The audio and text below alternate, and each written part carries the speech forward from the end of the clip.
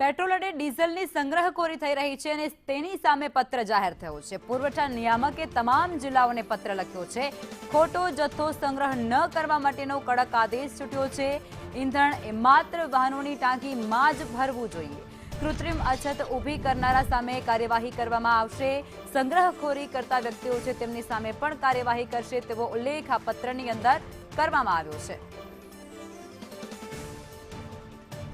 Petrol અને ડીઝલના પુરવઠાને લઈ અને પત્ર જે અત્યારે સામે આવ્યું છે, પુરવઠા નિયામક દ્વારા તમામ જિલ્લાઓને પત્ર લખી અને આદેશ કરવામાં આવ્યા છે, સૂચનાઓ આપવામાં આવી છે। તેમના દ્વારા પત્રની અંદર ઉલ્લેખ કરવામાં આવ્યો છે કે જથ્થો ખોટી રીતે સંગ્રહ ન થાય તે ખાસ સુનિશ્ચિત કરવાનું રહેશે। ઈંધણ માત્ર હવે વાહનોમાં એટલે કે વાહનોની ટાંકીઓમાં ભરવાનું રહેશે। કોઈપણ પ્રકારના બેરલ કે પછી જે ટેન્કર લઈને લોકો આવતા હોય છે તેની અંદર હવે આ ડીઝલ કે પેટ્રોલ નહીં ભરવાનો જે આદેશ છે તે છૂટી ચૂક્યો છે। કૃત્રિમ અછત જે પણ લોકો ઊભી કરવાની કોશિશ કરશે કે પછી ઊભી કરી રહ્યા છે, સંગ્રહખોરી કરી રહ્યા છે, તેમના વિરુદ્ધ કાયદાકીય કાર્યવાહી પણ હાથ ધરવામાં આવી શકે તેવો ઉલ્લેખ આ પત્રમાં કરવામાં આવ્યો છે।